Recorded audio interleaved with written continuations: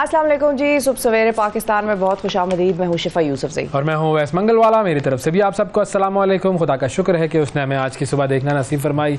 आज के प्रोग्राम का आगाज़ करते हैं पी से, यानी कि ज़िंदगी में पी बहुत इम्पॉर्टेंट है। प्रोग्राम हमारी फैमिलीज देख रही हैं, घर में ख़वातीन होती हैं, बच्चे देखते हैं। किस किस्म की पीने पिलाने की बातें कर रहे हैं आप? नहीं, वो पी की बात नहीं करता हूँ। वह क्या बात कर दी मैं, आप मेरी शक्ल देखें और मैं कभी इस तरह की बात कर सकता हूँ। पी का मतलब वो अंग्रेजी अल्फ़ाबेट पी, वो LMNOP Q, वो वाला पी। तो जिंदगी में 4 पी जो है वो बड़े जरूरी हैं। अच्छा, तो ये पूरी बात करें ना, पी बड़ा जरूरी है। हाँ, सिंपल। बताइए, आपको पता है कौन से पी बड़े जरूरी हैं? नहीं है, कोई अंदाजा लगा ले? हाँ, मतलब हमारे यहाँ तो आमतौर पर PTI, Peoples Party, PMLN, IPP, हर चीज में पी आते हैं कि बहुत इंपॉर्टेंट पीज हैं ये। PM। नहीं, मैं सियासी पी की बात नहीं कर रहा हूँ भाई। अच्छा, ये सियासत से अलग बात कर रहा हूँ मैं। सियासत को छोड़ दें कुछ अरसे के लिए। सियासत जो हो रही है वो हमें नजर आ रही है। हाँ, उस पर कोई कॉमेंट करने की जरूरत नहीं। सबको पता है क्या हो रहा है और क्या होगा, तो इसीलिए कोई बात करने की जरूरत नहीं है। असल में बात कर रहा हूँ, जिंदगी में 4 पी बड़े जरूरी हैं। अच्छा, चले। पहला पी वो है प्रेयर। दुआ करें। सबसे पहली चीज दुआ करना बड़ा जरूरी है। दूसरी चीज, दुआ किस चीज के बारे में आप करेंगे?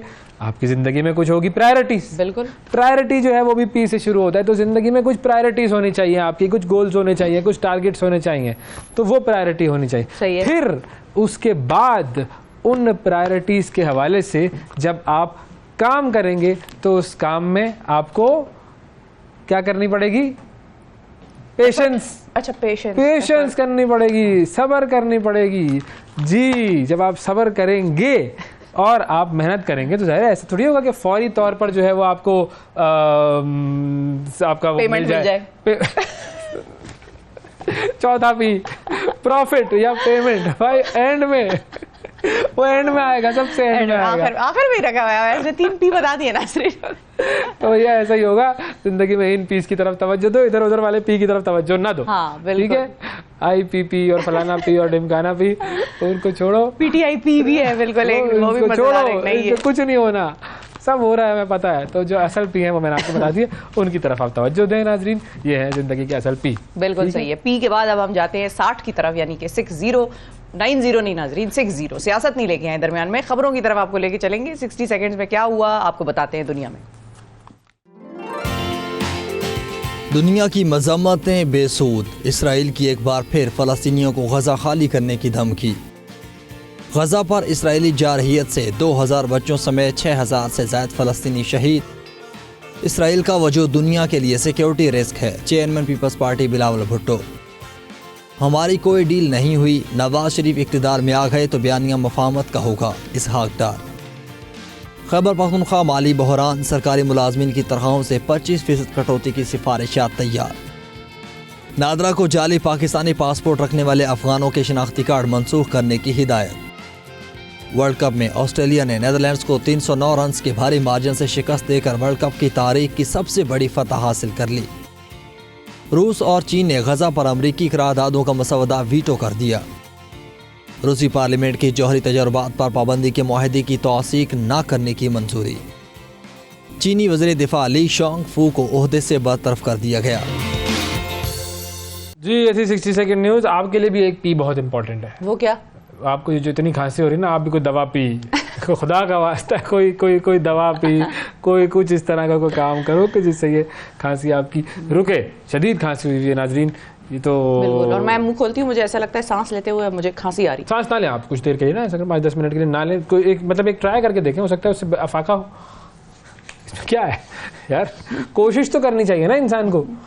सांस रोक के बैठ जाओ नाज़रीन। ये कह रहे हैं कि मैं सांस रोक के बैठ जाऊं इधर। ठीक है, चले। अच्छा, ज्यादा देर नहीं, 5-7 मिनट की बात है ना, इसमें क्या है। ये देखो सही है। फिर हुआ, मैं आपकी जो है वो। अच्छा, और ये साइकोलॉजिकल भी होता है, पता है आपको? अगर फीलिंग आए ना, ये हो रहा हो कि भाई अब मैं खांसने लगी हूँ, डर हो उस चीज का, तो आप ज्यादा उसको करेंगे। अदरवाइज अगर आपके जहन से निकल गई बात, भूल गए आप, तो फिर आप स्मूथली चलेंगे। ये भी होता है। बिल्कुल। अच्छा जी, खबरों की तरफ चलते हैं। और खबरों में क्या है ये मैं आपको बता दूं। 309 रन से हराया है कल कमिंस भाई जो है ना, बस कमिंस भाई ऐसे खवातीन उसको भाई कह रही हैं। अब मजबूरी है, क्या करें हम। हाँ, शादीशुदा आदमी है। तो भैया वो जो शख्स है ना, जो भी ऑस्ट्रेलिया ने कल किया है वर्ल्ड कप की तारीख की सबसे बड़ी फतह थी, 309 रन से हराया है उसने नीदरलैंड को। और मैक्सवेल ने 40 बॉलों पे सेंचुरियां मारते हैं वो लोग, 40 बॉलों पे, और एक हम है 400 रन टीमें बना रही हैं। छोड़ो क्रिकेट की बातें नहीं करनी है। अच्छा, अहम चीज एल्विस प्रेस्ले का बताता हूँ, वो भी एक गुलकार था, उसकी तो बड़ी खबर आई है कल। हाँ बिल्कुल, Elvis Presley king of pop नहीं, king of rock. Sorry, pop तो माइकल जैक्सन था। हाँ, बिल्कुल। क्या हो गया है शिफा आपको? मस्त दिमाग हो गया है। अच्छा, एल्विस प्रेस्ले, अचानक उसकी मौत हुई थी, मद्दाहों में ज़ाहिर है दुख की लहर एक दौड़ गई थी। अब मालूम नहीं था कि भाई मामला क्या हुआ है। 1977 में ये पुरस्कार तरीके से मरने वाले 42 साल king of rock and roll के किंग एल्विस प्रेस्ले, और उनकी जो मौत हुई थी बेसिकली ग्रेसलैंड में उनका घर है, वहाँ पर वॉशरूम में उनकी लाश पाई गई थी। और इस कहानी में तजस्सुस उस वजह से भी बढ़ रहा था क्योंकि एल्विस के घर वालों ने पोस्टमार्टम की रिपोर्ट मंजर-ए-आम पर लाने से इनकार कर दिया। बिल्कुल, उन्होंने शेयर नहीं की थी। जी बिल्कुल। अब मौत के 50 साल के बाद एल्विस प्रेस्ले की पुरस्कार मौत की वजूहात सामने आई है। मतलब 77 में वो मरा था, तो 50 साल होने वाले हैं तकरीबन। तो चिकनाई का ज़्यादा इस्तेमाल, हाई कोलेस्ट्रॉल वाले खाने, इनकी वजह से उनको पड़ा था दिल का दौरा, और उसके बाद वहाँ पर उनका इंतकाल हुआ था। मनशियात के मुसलसल इस्तेमाल, जंक फूड के इस्तेमाल की वजह से अपने ज़माने के बड़े वो पतले दुबले और उनकी जो मतलब थे वो शख्स, तो हालत उनकी काफ़ी ख़राब हो गई थी। और ऐसा भी वक्त आया था कि जब वो महीनों अपने कमरे में महसूर होकर रहने लगे थे और बस वो चीज़ बर्गर खाते रहता था। अब आप सोचेंगे क्या हालत होगी उस शख्स की कि वो सिर्फ यही कर रहा है। और मौत से पहले उसकी हालत इतनी ख़राब हो गई थी कि उसको बेसिकली फिर एक एक्सटर्नली नर्स उसकी थी, और उसकी जो आंतें हैं उसमें ऐसे मसाइल हो गए थे कि महीनों पुराना जो स्टूल है वो मौजूद था, जिस्म से निकलता नहीं था। और मौत से पहले महीनों तक उन्होंने ऐसा वक्त गुजारा कि डॉक्टर्स की जानिब से उनको बस इतनी दवाइयाँ दी गई कि तकरीबन 9000 के करीब उनको इंजेक्शन लगे, और उस पूरी हालत में फिर उनकी मौत हुई। तो ये एक तो नशा, उससे दूर रहें भाई, और ये जो हम हर वक्त जंक फूड खाते रहते हैं उससे दूर रहें, और खुराकें अपनी बेहतर करें। मौत तो खैर आएगी, लेकिन ये कि फिर भी उसको इंसानों वाले तरीके से आए, अपने आप को खुद मौत के करीब ना लेकर क्यों तकलीफ देनी है अपने आप को। अच्छा, एक और बड़ी इंटरेस्टिंग चीज़ सामने आई है कि ज़मीन का एक टुकड़ा गायब हो गया था 155 मिलियन साल पहले तकरीबन।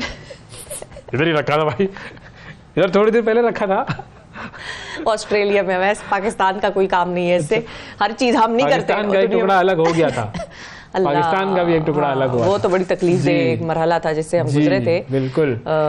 लेकिन बहरहाल मगरबी ऑस्ट्रेलिया का अपने पाँव पे हम कुल्हाड़ियां मारते रहे। ऐसी कुल्हाड़ी क्या हुआ ऑस्ट्रेलिया में? अच्छा, तकरीबन 155 मिलियन साल पहले मगरबी ऑस्ट्रेलिया का एक बहुत बड़ा हिस्सा जो था वो टूटकर अलग हो गया था, और साइंसदानों के मुताबिक अब वो दोबारा मिला है। और ये टुकड़ा था कहाँ? ये मिल गया है उससे या मिला है? उनको मिला है, दरियाफ्त एक तरह से वो। बिल्कुल। और उनका कहना ये था कि भाई ये कहाँ चला गया, गायब हो गया, किसी को नहीं पता था, लोग ढूंढते थे, उनको मिलता नहीं था साइंसदानों को। लोग नहीं रहते थे क्या? नहीं, हाँ हो सकता है सिर्फ जमीन ही हो। अच्छा, वो दोबारा मिला है, और ये टुकड़ा जो है वो 5000 किलोमीटर लंबा है। ज़ाहिर है इसका अच्छा खासा बहुत साइज है, और शुमाल मगरब की तरफ, जनूब मगरब मशरकी एशिया के जजीरों की तरफ ये खिसक के चला गया था। अच्छा। और बहुत सालों तक इसका कोई सुराग नहीं मिला। लोगों ने कहा भाई गायब हो गया, कहाँ चला गया। अच्छा, ऐसा ख्याल किया जाता है साइंसदानों की तरफ से कि जैसे एर्गोलैंड नामी एक बरे आजम भी जो है वो ज़मीनी परतों के नीचे चला गया था। जो ज़मीन का एक होता है ना, कोर होता है, मैंटल होता है, तो ज़मीन की जो लेयर्स हैं उसमें ये कहते हैं कि मैंटल के नीचे ये कहीं से खिसक के चला गया, और जैसे खोए हुए बरे आजम का टूटा हुआ टुकड़ा तस्लीम किया जा रहा है। अच्छा, वो कह रहा है ये है भाई। बिल्कुल। और इसी तरह ग्रेटर एड्रिया जो है उसकी भी एक टूटी हुई चट्टानें जो है वो भी जो है वो थी, जो कि बाद में मिल के जनूबी यूरोप के पहाड़ बन गए थे।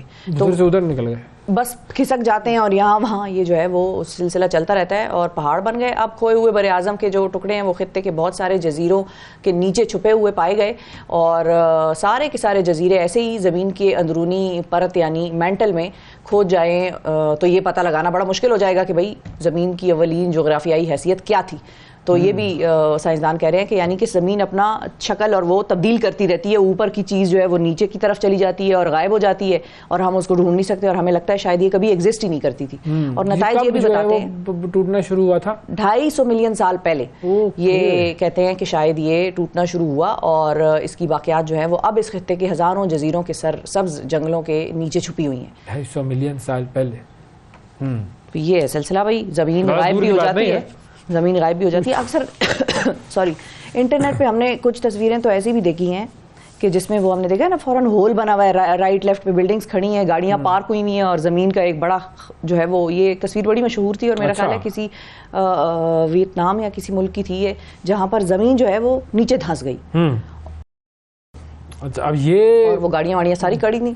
जो चीज़ें हैं ये स्कूलों में तो पढ़ाई नहीं जाती भाई, ये बाद में दरियाफ्त होती हैं साइंसी चीज़ें, और बच्चों को जिनको इंटरेस्ट होता है वो निकाल लेते हैं ऐसी खबरें। अच्छा, अब स्कूलों की जहाँ तक बात आई है, एक और मैं आपको चीज़ बताऊँ, बड़ा मज़ेदार एक वाक़या हुआ है।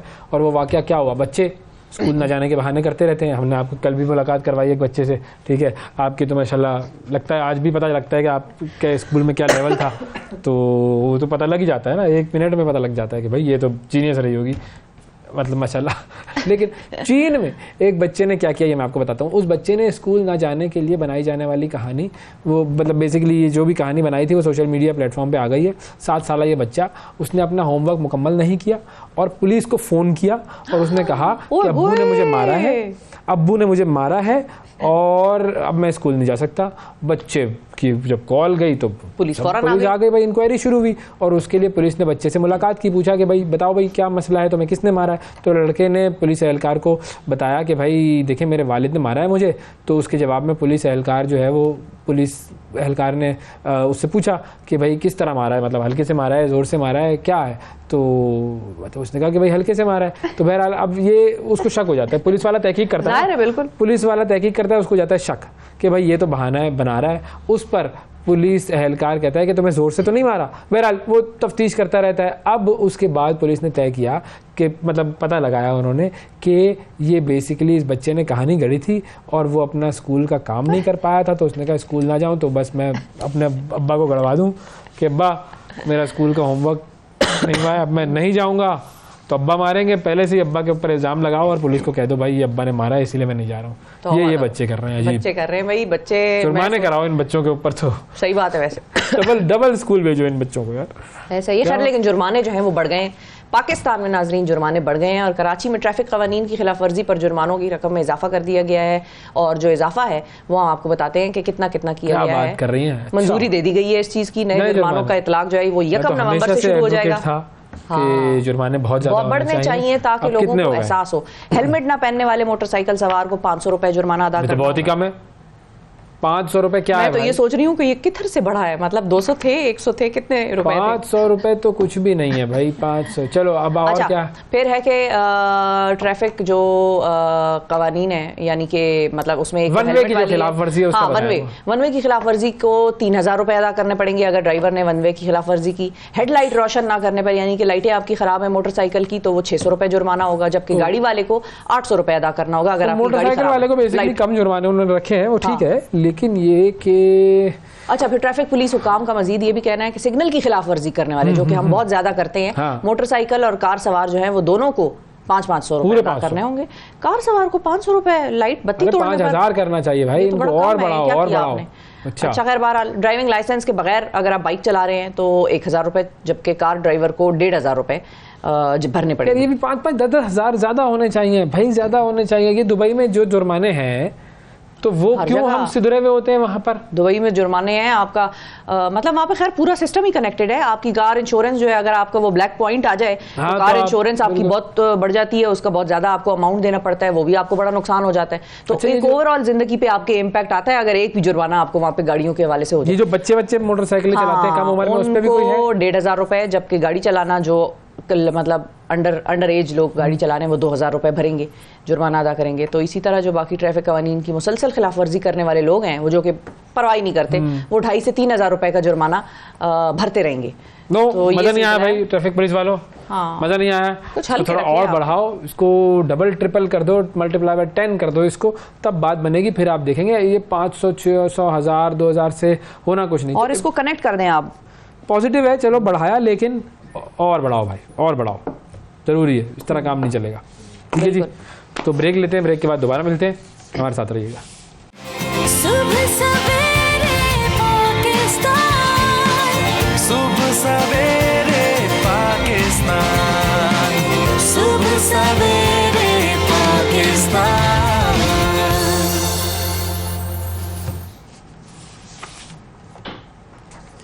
वेलकम बैक सुबह सवेरे पाकिस्तान में एक मरतबा फिर खुशामदीद। कल हमने बात की थी अपने प्रोग्राम में कि अमजद साबरी साहब के जो कत्ल का मास्टरमाइंड था उसको गिरफ़्तार कर लिया गया है और ये पता लग गया है कि वो मास्टरमाइंड कौन था।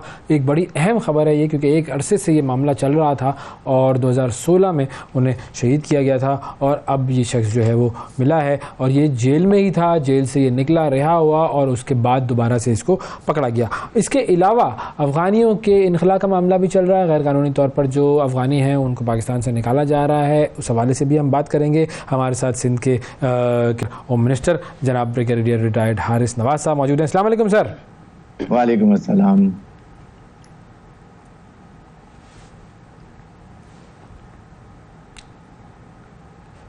हारिस साहब बहुत शुक्रिया सर प्रोग्राम में वक्त निकालना आपने।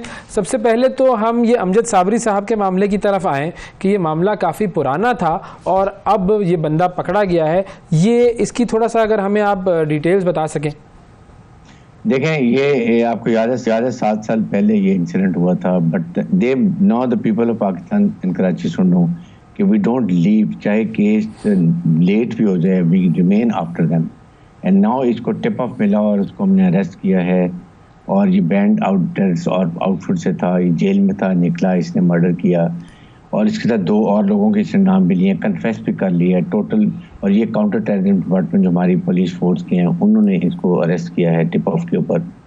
और अब हम और डिटेल में डिस्क्लोज, क्योंकि बहुत डिटेल इंटरोगेशन की स्टार्ट हो गई, इन्वेस्टिगेशन हो रही है और इसमें बहुत अच्छे लोग मैंने डिटेल किए हैं जो they should actually find out the facts and reason कि इसमें क्यों किया गया, क्या वजूहत थी, किस वजह से किया गया। इतने मुल्क के नंबर कवाल और जो थे, I think I also no personally, जितना पूरे मुल्क को नुकसान हुआ, अफसोस हुआ इसके बारे में, जी वो अब हम इसकी पूरी इंफॉर्मेशन लेंगे and we will disclose to the public. They must know कि कौन इसके पीछे थे और क्यों इसको मर्डर किया गया 7 साल पहले। और माह रमज़ान में याद होगा कि आपको इसमें से 2 चीज़ें ऐसी हैं जो कि जी बिल्कुल प्रोग्राम चल रहा था, उस पर खबर आई थी बिल्कुल। हाँ एक तो ये कि ये बंदा कलादम लश्कर जंगवी का इससे ताल्लुक, ये बंदा जो है वो जेल में था, फिर ये रिहा कैसे हुआ ये बात समझ में नहीं आ रही, क्योंकि अगर ये बंदा जेल में था, फिर ये रिहा हुआ, बाहर गया और फिर इसके बाद इसको दोबारा पकड़ा गया, तो हम कैसे रिहा कर देते हैं इन लोगों को जो कि इतने बैंड आउटफिट्स के साथ काम कर रहे हो और उसके लिए ये हरकतें कर चुके हों। देखें, ये एक बहुत प्रॉब्लम है, यकीन करें, ये हमारे पाकिस्तान में जुडिशल सिस्टम के अंदर कि विदाउट रियलाइजिंग कि इसने कितने हीनस क्राइम किए हैं, क्या इसकी पहले इन्वॉल्वमेंट रही है। आप कराची में भी जो मर्डर या डिकॉटी में मारते हैं वो 2, 3, 4 हफ्ते के बाद बेल लेके आ जाते हैं, बट आई थिंक नॉम ने सिस्टम ठीक कर दिया है कि अभी जिसकी भी इन्वेस्टिगेशन होगी, हमने कॉलम बना लिया कि उसमें कि ये 3 दफ़ा इसने ऑफेंस किया है, ये 7 दफ़ा किया है, हैबिचुअल ऑफेंडर है, ताकि कोर्ट को जब डिसीजन ले तो दे मस्ट रियलाइज कि इससे कितनी सोसाइटी को और नुकसान होता है, इससे बड़ा फ़र्क पड़ेगा। और ये भी जेल टर्म पूरी करके ज़ाहिर निकला है, उसके बाद इसने आगे प्लान किया हुआ था कि मैंने करने, पीछे आपको पता है कि क्या मुहरकात होते हैं, तो अब ये हम सारे मालूम कर लेंगे और उसके बाद जो इसमें इन्वॉल्व था सबको अरेस्ट किया जाएगा। I think I am very happy कि हमारे काउंटर टेररिज्म डिपार्टमेंट ने इसको अरेस्ट किया है और अब इसकी एक नए सिरे तफ्तीश होगी जिसमें ये खुद एक्सेप्ट करेगा और बताएगा कि रियल और रिस्पेक्ट के कौन कौन इन्वॉल्व थे, तो उसके बाद इसको इंशाल्लाह तफ्तीश को आगे लेके जाएंगे। अच्छा हारिस साहब, ये बता सकते हैं कि जाहिर है आपने कहा इसने खुद कन्फेशंस किए हैं, तो अमजद साबरी साहब के मर्डर का तो इसने कन्फेशन किया कि जाहिर है ये मास्टरमाइंड था या ये अंदर से बैठ के वो प्लानिंग कर रहा था। इसके अलावा इसने कौन कौन सी ऐसी कार्रवाइयाँ की हैं जो कि इसने मान ली हैं ऑलरेडी, या आप लोगों के पास ये सबूत है इसके खिलाफ कि भाई ये सारा जो दहशतगर्दी के हमले थे या ये कार्रवाइयाँ थी ये इसने की हैं? कोई है चार्जशीट आप लोगों के पास इसके खिलाफ? देखें, सारा कंप्यूटर, अभी इट इज ऑल कंप्यूटराइज्ड, अभी हम इसको पूरी डिटेल ले रहे हैं और 1-2 दिन में हर चीज़ ये बख्तेगा, बताएगा कि पहले किसने कितने मर्डर किए हैं, कितने टेररिज्म की एक्टिविटीज़ की हैं, कि कौन इसके पीछे था, इसको सिखाने वाला था, कौन सी बैंड और लोग थे उसके साथ मिले हुए थे। इससे क्योंकि ज़िंदा गिरफ्तार हुआ है तो ये एक बहुत बड़ा हमारे लिए एसेट है, इसको हम अब लेके चलेंगे 2+ करते करते एंड तक पहुँचेंगे कि सारी हकीकत आ जाएगी कि ये कब से कर रहा था, कौन मास्टरमाइंड था, ये तो एक इसने एक्शन किया, इसके पीछे कौन थे, सब चीज़ें मालूम करेंगे। भी actually we don't want to talk on that TV, but definitely आपको इसके बारे में बड़ी अच्छी इतलात मिलेंगी कि क्या कौन लोग। अच्छा, इंशाल्लाह। जो दूसरी चीज मैं पूछना चाह रहा था वो ये कि जेल में बैठ के ही अपना नेटवर्क चला रहा था, ये भी एक बहुत बड़ा सवाल है। ये देखें, ये एक है हमारे सिस्टम में, क्योंकि सेंट्रल जेल कराची में तो वहाँ जमा लगे हैं, लेकिन दूसरी जेल हमारी जो लांडी में है उसमें ये सिस्टम नहीं है। और आपको पता है कि लेकिन अब आके मैंने बड़ा अच्छे तरीके से कॉम्बिंग की है। किसी के पास मोबाइल नहीं है, किसी के पास कोई अननेसेसरी चीज़ें नहीं हैं जो उनको पहले फैसिलिटीज मिली होती थी, वो सारी चीज़ें ख़त्म हो जाएंगी। काफ़ी हमने जेल में रिफॉर्म की, यहाँ तक किए हैं कि उनको बिजी किया है। उनमें इतने अच्छे जो सरप्राइज के आर्टिस्ट हैं, मैंने एग्जीबिशन किया कराची में जेल में जिन्होंने सिंडीज बनाई हैं। 16 लाख रुपए की कैदियों के सामान बेचा है हमने आर्ट काउंटर में, और एक प्रिजनर को 10 लाख रुपए मिले हैं उसकी पेंटिंग, वो अपनी मदर को हज पे भेज रहा है। तो इससे देख लेंगे अभी हमने काफी रिफॉर्म्स करेंगे, निकले at least they should come good citizen of बिल्कुल। और प्रिजन्स का यही जो है वो एक मकसद है कि भाई रिहैब होना चाहिए उनका, वो बेहतर चीज बन के जो है शख्स बन के वो बाहर निकलें। अब आते हैं जी अफगानियों के खिलाफ जो ऑपरेशन है, बिल्कुल वो सर कहाँ तक पहुंचा है? डेडलाइन उसकी करीब आती जा रही है। देखें, कल भी कॉन्फ्रेंस हुई है फेडरल गवर्नमेंट में और इंटीरियर मिनिस्टर ने बड़ी क्लियर बात की है, और एग्जैक्टली आई रिपीट, मैं आज मीडिया पे भी ये इसको रिलीज करूंगा काफ़ी डिटेल के, उनको वार्निंग कितने दिन रह गए हैं, आई थिंक 4-5-6 डेज रह गए हैं। हमने ये एक भाम पैदा किया जा रहा है कि शायद ये किसी एक मुल्क के बारे में है। It is against all illegal immigrants, गैर मुल्की तारिकीन वतन जो किसी भी मुल्क से, इंडिया के भी हैं, बांग्लादेश के भी हैं, इवन नाइजीरिया के हैं, तंजानिया के हैं और ममालिक के हैं, और उनके ही हमने ये सारे कवायद ले लिए हैं, जगह मालूम कर लिए, कहाँ ये बैठे हुए हैं, कौन किन्होंने इनको पनाह दी है, वो भी हमारे पास इंफॉर्मेशन। ये हम पूरा 1 महीना इसी में लगाया है। हमने एक टीम बनाई है जिसमें नादरा के रिप्रेजेंटेटिव हैं, फिर उसके बाद डिप्टी कमिश्नर है, सुपरिटेंडेंट पुलिस हैं, और उसके साथ स्पेशल ब्रांच, ये सब ये अपनी इंफॉर्मेशन ले रहे हैं। उसके बाद इनको हम चेक करेंगे और इनको 1 विंडो ऑपरेशन करेंगे। उसके बाद जो भी कंफर्म हो जाएगा कि ये ओवरसेट वीज़ा है, ये जाली डॉक्यूमेंट है, जाली नादरा कार्ड है, कोई और कार्ड नहीं है, उनको हमने डिटेंशन जगह बनाई है, वहाँ लेके जाएंगे। उधर से उनको I want to clear very thing, देखें हम बहुत एहतराम के साथ कोई हम गलत तरीका इस्तेमाल नहीं करेंगे। लेडीज़ को, बच्चों को बहुत एहतराम करेंगे, ख्याल करेंगे, खाने पीने का, उनको ट्रांसपोर्टेशन का कोई प्रॉब्लम ना होगी, बिल्कुल हम बड़े अच्छे तरीके से उनको भेजेंगे। ये भी सोच गलत है कि पता नहीं क्या सख्ती करेंगे। वी वांट, अभी भी 6 दिन है, आप अपनी मर्जी से जाएं तो बहुत बेहतर होगा। उसके बाद वील हैव टू, क्योंकि अब एक ये देख लें कि रबीउल अव्वल में जो इंसिडेंट हुआ है ना वस्तुओं का रंगू का, इसके बाद गलती की गुंजाइश नहीं है। Pakistan first, Pakistan, Iran, Afghanistan, India सब सॉवरेन स्टेट है, हमारी अपनी मुल्की मफादात है। हमने बहुत मेहमानदारी की। 1.4 मिलियन अफगान रिफ्यूजीज हमारे पास हैं जो United nation high commission for refugees के रजिस्टर्ड हैं, और नादरा के रजिस्टर्ड जितने लोग हैं ये सब हमारे मेहमान रहेंगे। We are not going to touch them. ये सिर्फ जो गैर मुल्की इलीगल तरीके से अब हैं वो उनको हम निकालना चाहते हैं, और उनके लिए हमने अरेंजमेंट कर ली। इंडियंस को हम यहाँ से ट्रेन के थ्रू वाघा बॉर्डर के थ्रू भेजेंगे, अफगानीज को हम यहाँ से बलूचिस्तान सरहद पर बलूचिस्तान गवर्नमेंट के थ्रू हम भेजेंगे, और बाकी जो दूसरे मालिक उनको बाय एयर भेजेंगे। उनके हम कौंसल जनरल से कोऑर्डिनेट कर रहे हैं।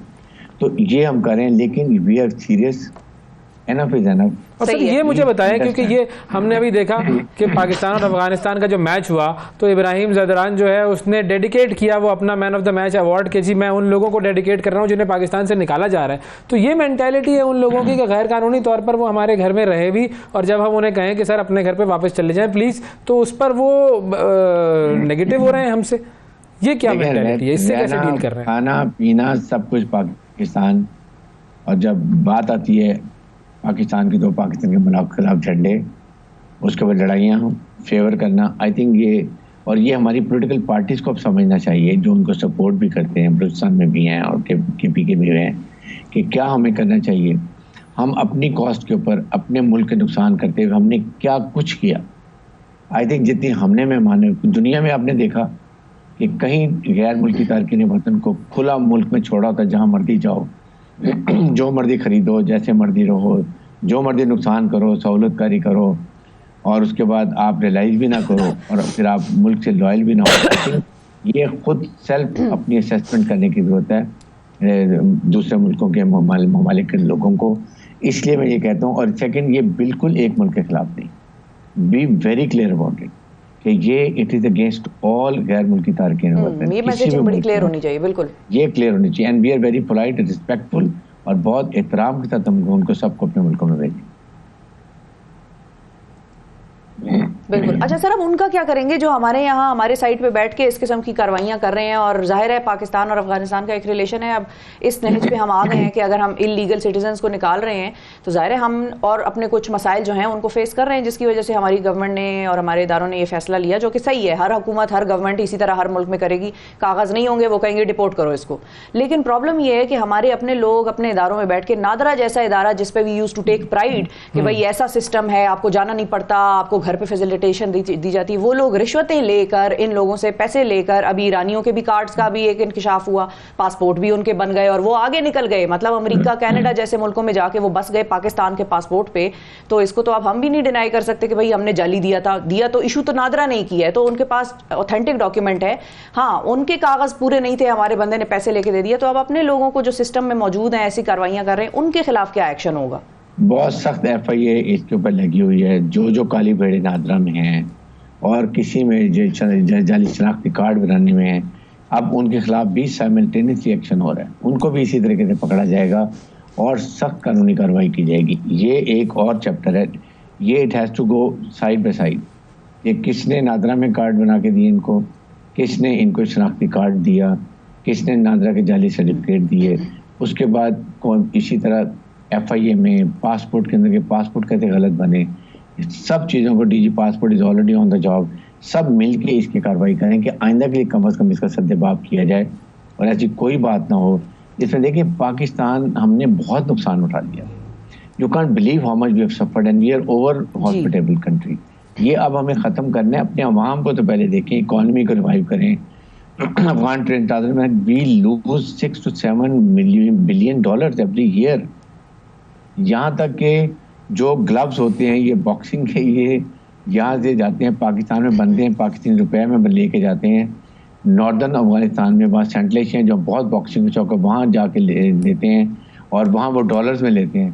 तो जस्ट थिंक कि हम कितना नुकसान अपना कर रहे हैं। आई थिंक ये सारी चीज़ों को अपने ब्रेक किया जा रहा है और काफ़ी चीज़ों में इसकी क्लिनजिंग होगी एंड काफ़ी हद तक इंशाल्लाह हम इकॉनमी को रिवाइव भी कर लेंगे इंशाल्लाह जी। थैंक यू जी, बहुत शुक्रिया अदा करेंगे। हारिस नवाज साहब हमारे साथ मौजूद थे। नाजरीन, वक्फा लेते हैं, वक्फे के बाद दोबारा मिलते हैं। सुबह सवेरे पाकिस्तान, सुबह सवेरे पाकिस्तान, सुबह सवेरे पाकिस्तान।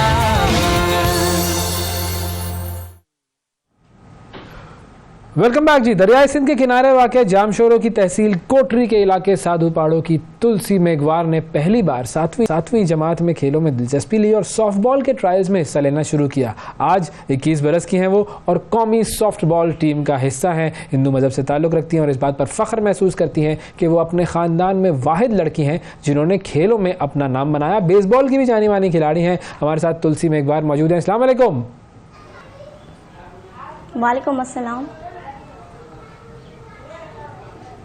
थैंक यू तुलसी, बड़ा टाइम आपने निकाला हमारे प्रोग्राम के लिए। ये बताइए कि आप की जो जर्नी है, स्टार्टिंग फ्रॉम क्लास 7वीं क्लास से आपने सॉफ्ट बॉल पहली मरतबा खेलना शुरू किया और फिर आज आप पाकिस्तान की नेशनल टीम में पाकिस्तान को रिप्रेजेंट कर रही है। हमें ज़रा ये अपनी जर्नी तो सुनाएं। अप्रैल 2016 में मैंने government girls high school 7th class में जब मैं थी तो स्कूल में एक कैंप लगा था जिसमें सर परवेज़ अहमद शेख और मिस आयशा एहरम ने कैंप लगाया।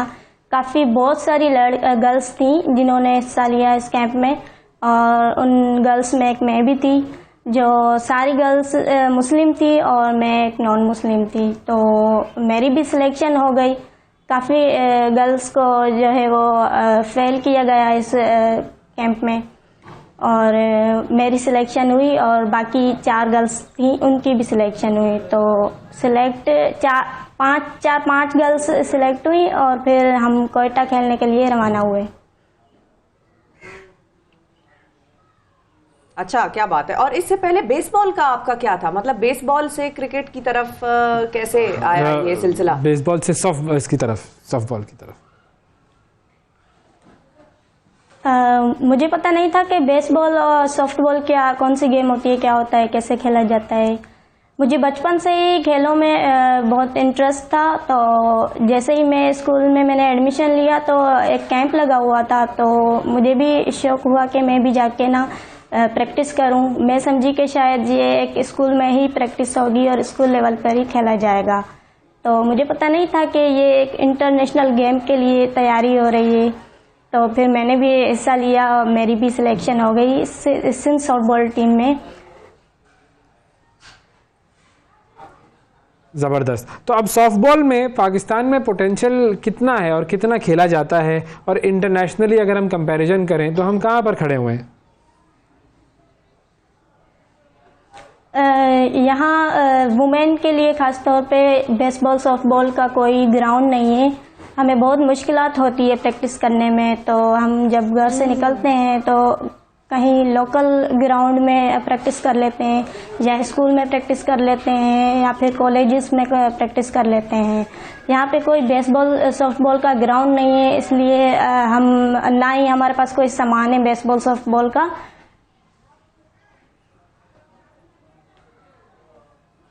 अच्छा, तो ये सारी चीज़ें जो आप लोग जब खेल रहे हैं तो वो फिर स्पॉन्सर्स भी अगर आप लोगों के पास नहीं है और फैसिलिटीज़ भी नहीं है तो कैसे मैनेज होती हैं ये चीज़ें फिर? ये जब सिंध गेम्स होते हैं या सिंध लेवल पर जो नेशनल गेम होता है तो हमारे जो कोचेस होते हैं वो किट बैग लाते हैं और गर्ल्स को देते हैं कि ये आप प्रैक्टिस करें, फिर तब हम प्रैक्टिस करते हैं। इसके अलावा हम कंटिन्यू प्रैक्टिस नहीं करते क्योंकि हमारे पास सामान नहीं है, तो बहुत मुश्किल होती है। कभी कभी हम घर में ही अपने छोटे बहन भाइयों के साथ खेल लेती हूँ मैं, तो जैसे मेरी थोड़ी सी मेरी प्रैक्टिस हो जाती है। अच्छा, हाँ। तो आपके घर में घर वाले जो हैं वो जब आप ये खेलती हैं और खेलों की तरफ जब आपको रुझान हो रहा था तो वो इस चीज़ से खुश थे? जी बिल्कुल, मेरी फैमिली और मेरे पेरेंट्स की मुझे सपोर्ट है फुल्ली, और उनकी तरफ से वो भी चाहते थे मेरे छोटे बहन भाई के हम उनके साथ खेलें तो इनकी थोड़ी सी प्रैक्टिस हो जाए और वो अच्छा खेले। हमारी बहन जब सिंध टीम में जाए खेलने तो बहुत अच्छी परफॉर्मेंस हासिल करके आए, मेडल हासिल करके आए, वो भी मेरा साथ देते थे छोटे बहन भाई। क्या बात। अब आपका किस टूर्नामेंट में आगे की तैयारी चल रही है? जी आगे टूर्नामेंट की तैयारी चल रही है, मगर वही इशू आ रहा है सामने के ग्राउंड नहीं है, तो हम कैसे प्रैक्टिस कर सकते हैं इसकी।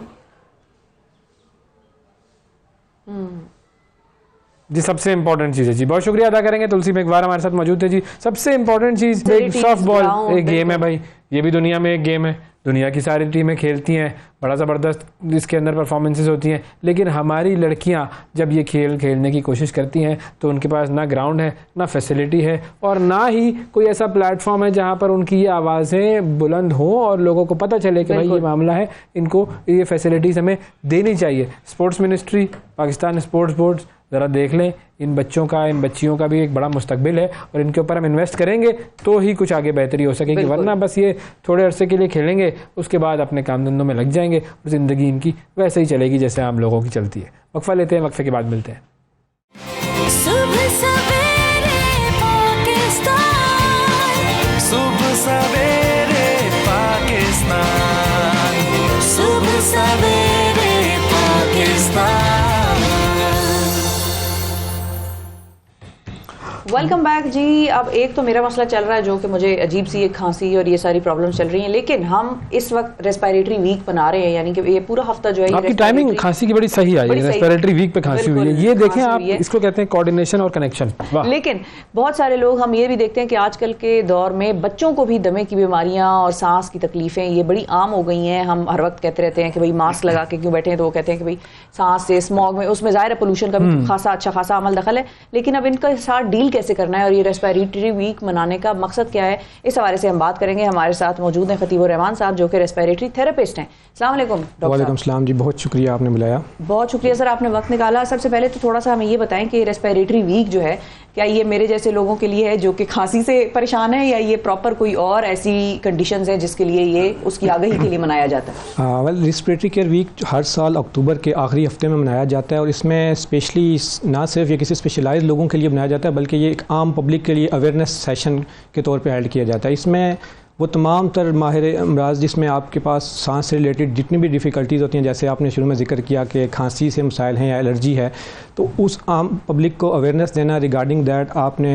उसको कैसे टेक्निक्स को यूज़ करते हुए मैनेज करना है, या ऐसे कौन कौन सी प्रिवेंटिव मेजर्स हैं जो कि आपने लेने हैं, इससे रिगार्डिंग हम रेस्पिरेटरी अवेयरनेस सेशन जो कि है वो डिफरेंट हॉस्पिटल्स में डिफरेंट सेटअप में हेल्ड करते हैं ताकि इससे आम पब्लिक को जो है वो फ़ायदा हो सके। तो ये सांस या जो दमा और जो इस तरह की चीज़ों का जो डॉक्टर होता है उसमें और एक थेरेपिस्ट में क्या फ़र्क है?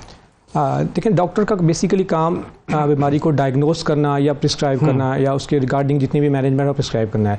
जो कि रेस्पिरेटरी थेरेपिस्ट हैं वो बैक एंड पे काम कर रहे होते हैं। जैसे सपोज करते हैं अगर हम किसी भी सांस से मसले को डायग्नोस करना है तो उसमें हम जैसे पल्मोनरी फंक्शन टेस्टिंग या जिसको हम स्पायरोमेट्री एडवाइस करते हैं, जो कि दमे के मरीजों के लिए या COPD वाले पेशेंट्स के लिए खुसूसी तौर पर की जाती है, तो वो बेसिकली परफॉर्म रेस्पिरेटरी थेरेपिस्ट ही कर रहा होता है। उसकी regarding their quality assurance all that preventive measure में वो तो सारी टेस्ट कंट्रोल में आती ही आती हैं।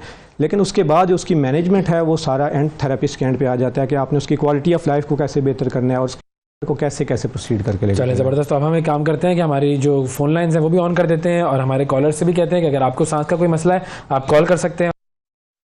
थेरेपिस्ट मौजूद है, थेरेपिस्ट सांस रेस्पिरेटरी सांस वास का मामला सारा इधर होगा। सांस के मसाइल हल करेंगे, पूछे इनसे डांस के मसाइल नहीं हल करेंगे। ओके, ठीक है जी। हमारे साथ पेशेंट एक मौजूद है, शिफा यूसुफ सिंह, उनको है भाई खांसी है और सांस ले रही है वगैरह, हर चीज मुकम्मल हो गया है। इसी तरह हम ये भी देखते हैं कि बच्चों में आजकल बहुत ज्यादा, अब जाहिर है ये सर्दियां शुरू हो जाएंगी तो जिनको खांसी या इस किस्म की प्रॉब्लम एक हो जाएगी, उसमें ये भी हम देखते हैं कि पेरेंट्स कहते हैं इसको तो पहले ही अस्थमा था तो अब इसको खांसी भी लग गई है। वो साथ अपना एक फिरा रहे होते हैं जो एक होती है बिल्कुल इनहेलर फिरा रहे होते हैं। इन बच्चों की और छोटी जिनको कि समझ भी नहीं आ रहा और उनको समझाना भी मुश्किल है, उनको कैसे मैनेज करते हैं फिर? देखें, तो आपने बिल्कुल ठीक बात की है। इसमें स्टार्ट में ये होता है कि सर्दियां जैसे ही आती हैं या जब ठंडा मौसम आता है तो बच्चों के जो खांसी के मसाइल हैं, एलर्जिक जितने भी प्रॉब्लम होते हैं वो स्टार्ट हो जाते हैं। अब बच्चों को मैं थोड़ा सा पिक करना भी मुश्किल होता है, तो पहली तो मेरी उसमें यही रिकमेंडेशन है कि आपके जो भी प्राइमरी फिजिशियन है जो कि आपके बच्चे को देख रहे हैं या जो कि उसमें प्रॉब्लम्स आ रही हैं रिगार्डिंग देयर ब्रीदिंग इश्यूज़, वो उसको पहले डायग्नोस करें। उसके बाद हम उसको प्रॉपर्ली एक मैनेजमेंट प्लान डिसाइड करते हैं। जैसे किसी बेबी को अगर तो ब्रोंकोलाइटिस जैसे सर्दियों में बहुत ज़्यादा कॉमन हो जाता है, इसमें हम नेबुलाइजेशन थेरेपी फ्रीक्वेंट रिकमेंड करते हैं। अदर दैन दैट कि आप उसका एक्सपोजर कम से कम हो, जैसे अब डस्ट पार्टिकल है या ठंड है, जैसे हम मरी वगैरह विजिट करते हैं, तो ये सारी चीज़ें देखने के साथ साथ हम उसकी प्रॉपर मेडिकेशन टेक्निक जो है वो एक प्लान एडवाइस करते हैं। ठीक, सही। हमारे साथ मौजूद है हाफिज बिलाल साहब। अस्सलाम वालेकुम। वालेकुम, मैडम कैसे हैं? जी हाफिज साहब की आवाज़ स्टूडियो में दे दें। अल्हम्दुलिल्लाह सर, खैरियत साहब। जी हाफिज साहब बताइए क्या सवाल करेंगे? मेरा सवाल ये है कि डॉक्टर साहब से ये सांस की जो मर्ज है ये मेरे दमे की अलामत है, तो दमे की अलामत में बच्चों में भी होती है बड़ों में भी होती है, तो जो बुनियादी चीजें हैं सर्दी में तो ज्यादा इसकी जो है बीमारी ज्यादा फैल जाती है, तो इसको बुनियादी चीज पर रोकने के लिए कौन कौन सी चीजें यानी इस्तेमाल करें तो सांस सही है? जी, सांस की बीमारियों को रोकने के लिए कोई प्रिवेंटिव चीज़ें? देखें, सांस की बीमारी जो उन्होंने पहली बात की है तो ये थोड़ा सा मैं क्लियर कर दूं कि जो हर सांस का फूलना है वो दमा नहीं होता, या उसको ये नहीं कह सकते इस बंदे को दमा हो गया। अच्छा। बेसिकली उससे रिगार्डिंग आपके कोई दिल के भी मसाइल हो सकते हैं या रिगार्डिंग अदर जैसे एलर्जी स्टिमुलेट करती है या समथिंग लाइक दैट। तो इसमें प्रिवेंटिव मेजर्स मैं आपको रिकमेंड करूंगा, सबसे पहले आप अपनी स्पायरोमेट्री करवाएं, अपना सांस का एक जो है ना बेसिक टेस्ट करवाएं। उसमें हम आपको ब्रोंकोडायलेटर देकर ये तो पहले जस्टिफाई क्लियर कर लेंगे कि आया उसको दमा है या नहीं है। अच्छा। इफ़ इन केस अगर दमा एडवाइस होता है तो हम आपको प्रॉपर ब्रोंकोडायलेटर थेरेपी या उसकी जो फर्दर मैनेजमेंट है वो हम एडवाइस करते हैं। लेकिन अदर दिन जैसे अगर प्रिवेंटिव मेजर्स की आप बात करें तो इसमें आप मास्क का प्रॉपर यूज़ करें। अगेन डस्ट एक्सपोजर के साथ आप जितना बचे रहेंगे जितना उसके साथ कम एक्सपोज होंगे वो ज़्यादा आपके लिए बेनिफिट है। इसके अलावा बहुत ज़रूरी है आपके लिए कि आप किस एरिया किस सेक्टर में काम कर रहे हैं। जैसे कोई कोयले की कंपनी में काम कर रहे होते हैं या माइन वगैरह में काम कर रहे होते हैं, इस तरह के तो वहाँ पे ये ज़्यादा एक्सपोजर ये चीज़ें हो रही होती हैं। तो ऐसी चीज़ों के लिए प्रॉपर जो आपकी कंपनी है जो आपकी सेफ्टी गाइडलाइंस रिकमेंड करती है उनको स्ट्रिक्टली फॉलो करें। अच्छा, कुछ हम एक कॉल भी लेते हैं, फिर हम एक्जिमा और वो बच्चों में जो कारपेट्स और ये जो मटेरियल की एक एलर्जी होती है जिससे उनको सांस लेने में दुश्वारी होती है, इस पर भी मैं आपसे पूछना चाहूंगी। अस्मा साहिबा है हमारे साथ मरी से। अस्सलाम वालेकुम। जी अस्सलाम वालेकुम। जी अस्मा पूछिए। जी मैं डॉक्टर साहब से पूछना था कि मैं अभी दमा तो नहीं है मेरा, लेकिन मुझे जो है ना सर्दियों के सुबह के टाइम और शाम के टाइम मेरा नाक ब्लॉक हो जाता है, रनी नोज है। तो इसका फिर मैं क्या करूं? मैं बहुत अच्छे से अच्छे पिंडी इस्लामाबाद के डॉक्टर की मेडिसिन ले चुकी हूँ, लेकिन अब तो मेडिसिन से भी नहीं हो रहा। स्प्रे इस्तेमाल करती हैं आप? जी स्प्रे भी इस्तेमाल करती हूँ। आदत हो गई आपको स्प्रे की? नहीं आदत तो नहीं डाली मैंने, लेकिन अच्छा। ये है कि जब ज्यादा प्रॉब्लम हो तो फिर मतलब रात के टाइम स्पेशली नाक बिल्कुल ब्लॉक हो जाता है और रनी नोज होता है, मतलब सही है। चलिए ये भी मेरा मसला है। ये भी मसला है, ये इनके तो मसाइल की जड़ यही है। सब मसाइल यहाँ पे निकले। इसका बेसिकली देखें कि अगर तो वो स्प्रे वगैरह भी यूज़ कर रही है उनको फ़र्क नहीं पड़ रहा, तो मैं उनको एडवाइस करूँगा कि रात को सोने से पहले आप स्टीम का जो है ना वो सिंपल स्टीम जो हम घरों में बनाते हैं वो आप लेके उसके बाद आप कोशिश करें कि ठंडे जो टेम्परेचर है उससे कम आप एक्सपोज करें, और उसके बाद आप अपना बेड रेस्ट जो सारी चीज़ें कर लें, इससे आपको काफ़ी फ़र्क पड़ेगा। अदर देन दैट आपके पास स्पेशल नेजल स्प्रे आते हैं, ज़ाइनोसिन वगैरह ये चीज़ें आप यूज़ कर सकते हैं, लेकिन दैट इज़ नॉट कि आप इसको प्रॉपरली इसकी एडिक्शन बना लें। अपनी जो आपकी डेली रूटीन है उसमें देखें ऐसा कौन सा स्टेप कर रहे हैं, या मतलब है कि आप ठंड से ज़्यादा हो रहे हैं, ठंडे पानी से जैसे वो कपड़े धोना या ये सारे काम करना, इन चीज़ों से बड़ा फ़र्क पड़ता है इस चीज़ पे। कौन करेगा फिर काम उनके घर पे? ये काम आपने तो आसानी से कह दिया, लेकिन ये तो टेंशन हो जाएगी फिर घर में तो इनके। लेकिन टेंशन करेंगे और देखें टेंशन तो बिल्कुल आपकी बात ठीक है, काम कौन करेगा, परेशानी बढ़ जाएगी, लेकिन इसलिए हमने इस चीज़ का ख्याल रखना है कि आपकी सेहत सबसे पहले ज़रूरी है। सेहत सबसे आप पहले। अपनी सेहत का जितना ख्याल रखेंगे तो आपके बाकी काम और बाकी मामला भी चलते रहेंगे। बिल्कुल तो सही है।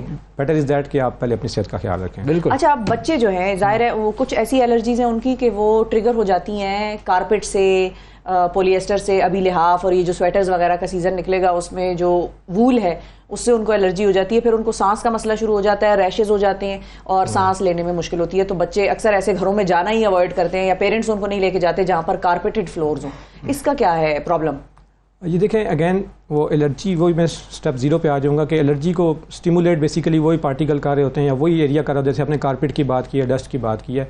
तो इसमें तो पहले आपका जो है ना वो डॉक्टर का मशवरा होना बहुत ज़रूरी है कि आपके फिजिशियन ने आपको लेबल कर दिया है कि आपके बच्चे को इस चीज़ से एलर्जी है या नहीं है, या एज़मा है या नहीं है। उसके बाद हम जो है ना वो इस चीज़ के बारे में सोच सकते हैं। आप देखें कारपेट हम घरों से उठा नहीं सकते या उसको प्रॉपरली ये काम तो नहीं कर सकते, तो इसमें मास्क बहुत ज़रूरी है बच्चों के लिए, ऐसे बच्चों के लिए।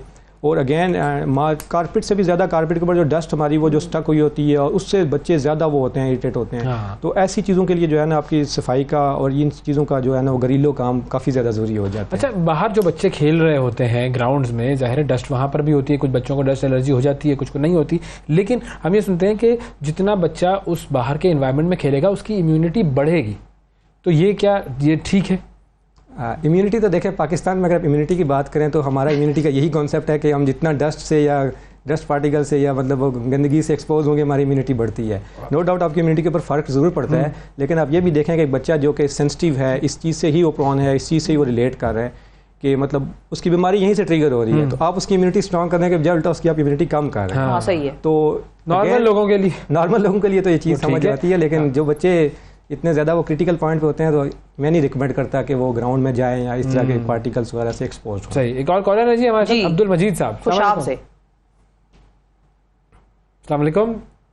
वालेकुम सलाम सर, अब्दुल मजीद बात कर रहा हूँ। जी जनाब, फरमाइए क्या सवाल करेंगे? सर मेरा बेटा हुआ है 2 महीने पहले। जी माशाल्लाह। तो सर वो वेंटिलेटर पे रहा है, उसके बाद वो घास लेना है तो ऊपर वाला दूध जब हम पिलाते हैं तो उसके सांस का मसला बन जाता है। अच्छा, क्या पिलाते हैं? चीखने की आवाज, बारला दूध नहीं देता दूध, हाँ ठीक है, तो सीने से चीखने की आवाज आती। अच्छा, डॉक्टर साहब से सवाल है तो इसका तो बेहतरीन हाल बताएं। अच्छा ठीक है, हमारे साथ ही रहिएगा लाइन पर। सीने से जो है वो इस तरह की फिर आवाजें रिपीट कीजिएगा। मैं वेंटिलेटर पे रहा, उसके बाद वेंटिलेटर पे रहा, फिर वो छींकते हैं और वो कुछ इस तरह की से जो आवाजें आती हैं बच्चों के, वो जो एक सांस लेते हुए सांस लेने की, वो है हमारे साथ लाइन पे। जी मजीद साहब, दोबारा थोड़ा सा अगर आप पूछ लें।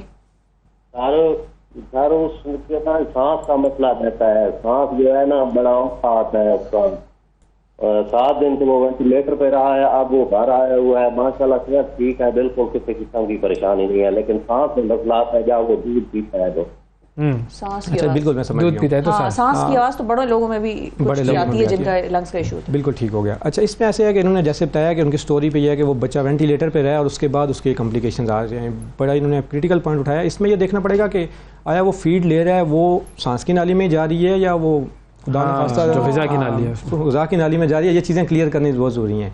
तो अगर तो वो फीड ठीक ले रहा है और मतलब स्टोल वगैरह यूरिन चीज़ें सारी ठीक पास कर रहा है तो ये तो एक ठीक है, लेकिन अदर देन दिस अब जो आवाज़ आना ले मैन के लिए तो बहुत आसान है, तो उसको प्रॉपर किसी थेरेपिस्ट से या किसी डॉक्टर से आपको रुजू करना पड़ेगा, उसको क्लियर करना पड़ेगा ये आवाज़ किस तरह की आ रही है। जैसे दमे के लिए आपके पास वो जिसको हम वीज़ कहते हैं मेडिकल लैंग्वेज में, वो एक विसल लाइक साउंड आ रही होती है। अब उनको देखना पड़ेगा उनको क्रैकल्स से इस तरह की कोई साउंड तो नहीं आ रही है, उसका वो फीड लंग्स में ही तो नहीं जा रही, तो ये चीज़ें देखनी पड़ेंगी। तो मेरा मशवरा है उनको कि वो किसी डॉक्टर को दिखाएं, उसके बाद अच्छा, स्टार्ट करें। सांस लेने का सही तरीका क्या है? एक ये बड़ी इंपॉर्टेंट चीज़ है। हम चेस्ट ब्रीदिंग या डायफ्राम ब्रीदिंग की बात कर रहे होते हैं, हम लोग बहुत सारे लोग, ज़्यादातर लोग गलत तरीके से सांस ले रहे होते हैं। देखें, सांस लेने की तो टेक्निक, ये सवाल आपसे आज तक किसी ने पूछा तो नहीं है, लेकिन मैं आपको ये ज़रूर बताऊंगा इसमें कि सांस लेने का अमल हम सब के लिए ऐसे है कि जैसे मतलब हम अपनी पलकें झपकाते हैं। हाँ, सही है, नेचुरल है ऐसे। लेकिन मुश्किलात तब आती हैं जिन लोगों को कोई कम्प्लिकेशन फेस करनी पड़ती है, जो कि जैसे एज़मा या चीज़ें प्रॉब्लम फेस करनी पड़ती हैं, तो उसमें सही तरीकाकार ये है कि आप नेज़ल इनहेल करें, ओरली एक्सहेल करें, नाक से सांस लें, मुँह से एक्सहेल करें, जिसको आप डीप ब्रीदिंग कहते हैं। अक्सर ये योगा और ये सारी चीज़ें सिखाई जाती हैं।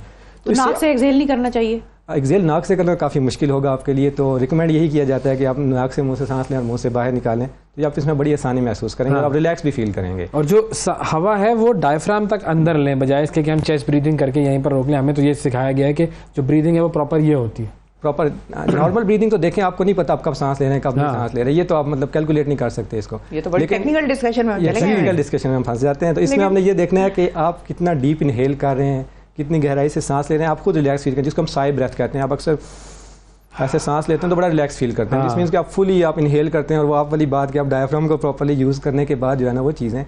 लेकिन मैं उधर पॉइंट पे फंस गई हूँ कि हम मुंह से सांस क्यों बाहर निकालें, हम नाक से ही क्यों ना करें? थोड़ी देर तक करें, पता चल जाएगा, 3 मिनट में पता लग जाएगा। आपके लिए तो कहता हूँ बहुत मुश्किल होगा, आपकी तो नेज़ल कंजेशन के भी मसाइल चल रहे हैं।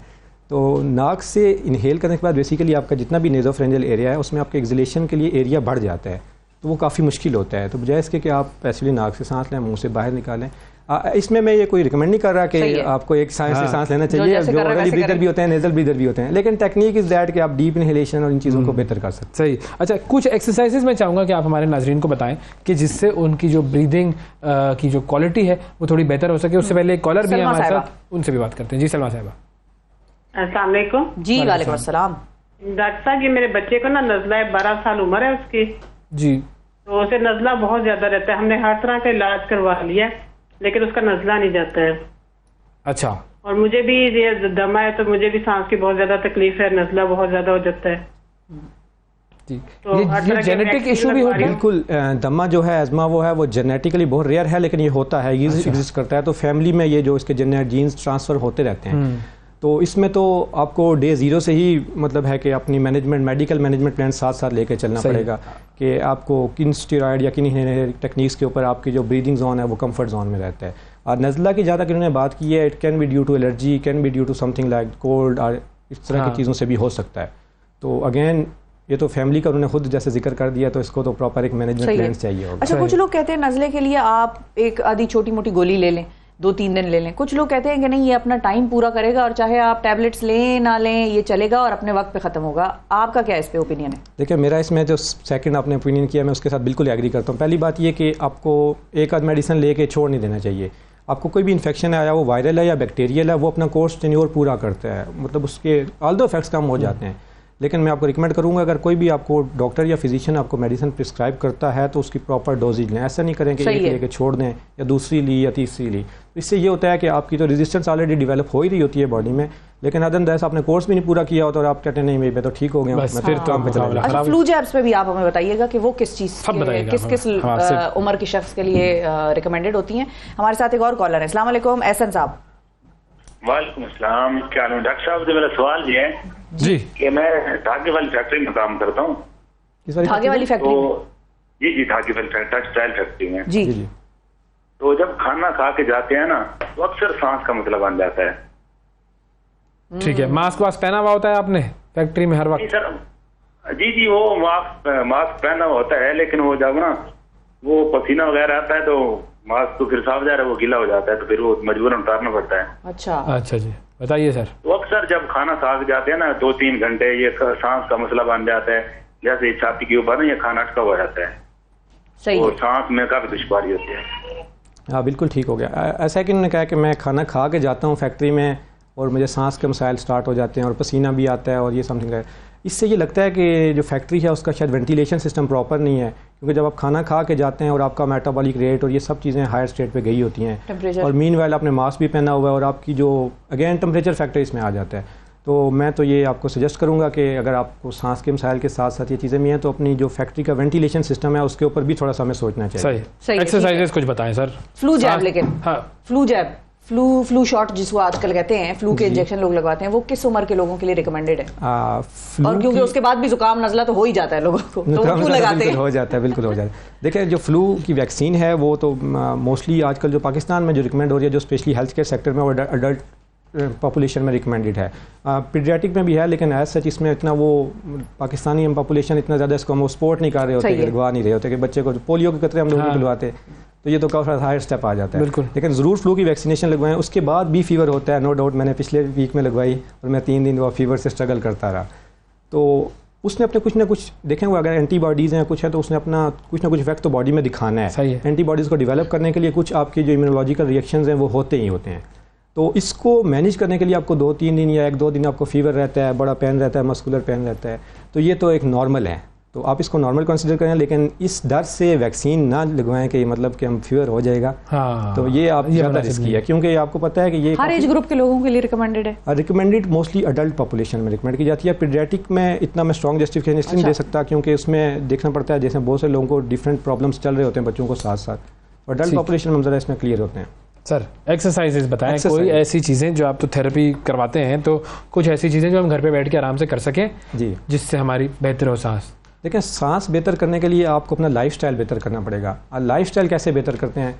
आप सपोज करते हैं जी ये जंक फूड बहुत ज़्यादा इन हो रही है। सही है, बिल्कुल ठीक तो है। वो एक सबसे इंपॉर्टेंट फैक्टर। लेकिन जैसे मैं कुछ एक्सरसाइजेस की बात कर रहा हूँ, मैंने कुछ देखा वीडियोज जी, वो आप एक नॉस्ट्रिल से सांस ले रहे हैं, कभी इस नॉस्ट्रिल को बंद कर रहे हैं, फिर दूसरी को बंद कर रहे हैं, उससे सांस ले रहे हैं। मुझे नहीं पता वो कितनी करामत होती है और किस लिए होती है, लेकिन क्या कोई इस तरह की एक्सरसाइजेस हैं? ऐसा जिसमें डीप ब्रीदिंग जो मैंने स्टार्ट में जिक्र किया था कि आप नाक से लंबा गहरा सांस लें और मुंह से उसको बाहर निकालें, और आप ये काम दिन में आधा घंटा बैठ के करें, 10 मिनट बैठ के करें, तो आप यानी मुझे लगता है उसके बाद उसके बेड पे चले जाएंगे, सो जाएंगे। अच्छा, इतना रिलैक्सिंग है ये इतना रिलैक्सिंग है, क्योंकि आपका जितना भी स्ट्रेस होता है या वो जितनी भी आपके ऊपर बॉडी के ऊपर होता है, तो उससे साथ साथ आपकी जो डीप ब्रीदिंग या आपके जो लंग्स की FRC जिसको आप कहते हैं बेसिकली होल्ड करने की जो एबिलिटी होती है, वो बहुत एक एक्सरसाइज ये भी होती है कि आप टाइमर देखते रहे और कितनी देर तक आप सांस होल्ड कर सकते हैं। बिल्कुल आजकल सोशल मीडिया पे बहुत हिट हुआ हुआ है, इसको भी आप यूज़ कर सकते हैं। लेकिन अगेन देखना ये ज़रूरी है कि मैं पेशेंट्स को नहीं रिकमेंड करता, क्योंकि पता चले उनकी लंग्स की स्ट्रेंथ इतनी अच्छी नहीं है और वो घर में बेचारे कोलैप्स हुए पड़े हुए हैं।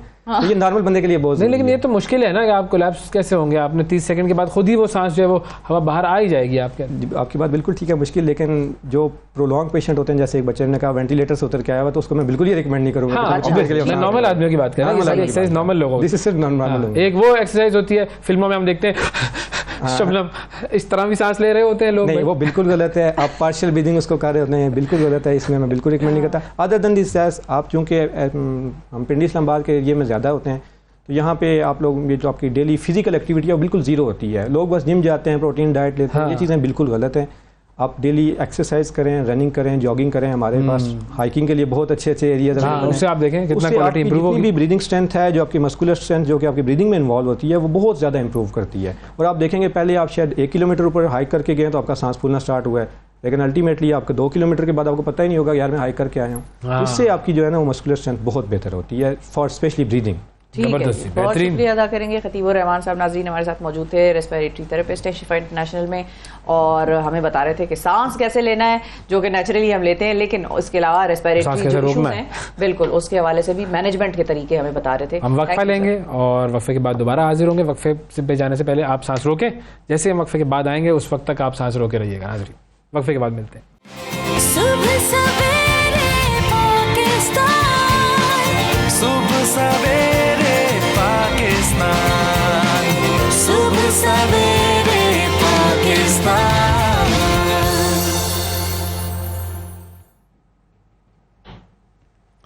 वेलकम बैक जी। सुबह सवेरे पाकिस्तान में एक मरतबा फिर खुशामदीद। हाफिज़ नईम साहब हमारे साथ मौजूद हैं, जमात इस्लामी के सीनियर रहनुमा। उनसे हम बात करेंगे। सबसे पहली चीज़ ये कि जो फ़लस्तीन में इस वक्त सूरत हाल जारी है उसके हवाले से प्रोटेस्ट चल रहे हैं और ख़िदमत जो है वो बहुत सारा रिलीफ वर्क भी वहाँ पर कर रहा है, उसके हवाले से हम जानेंगे हम इनसे, और फिर उसके बाद कुछ सियासी मामला पर भी हम गुफ्तगू करेंगे। अस्सलाम वालेकुम हाफिज़ साहब।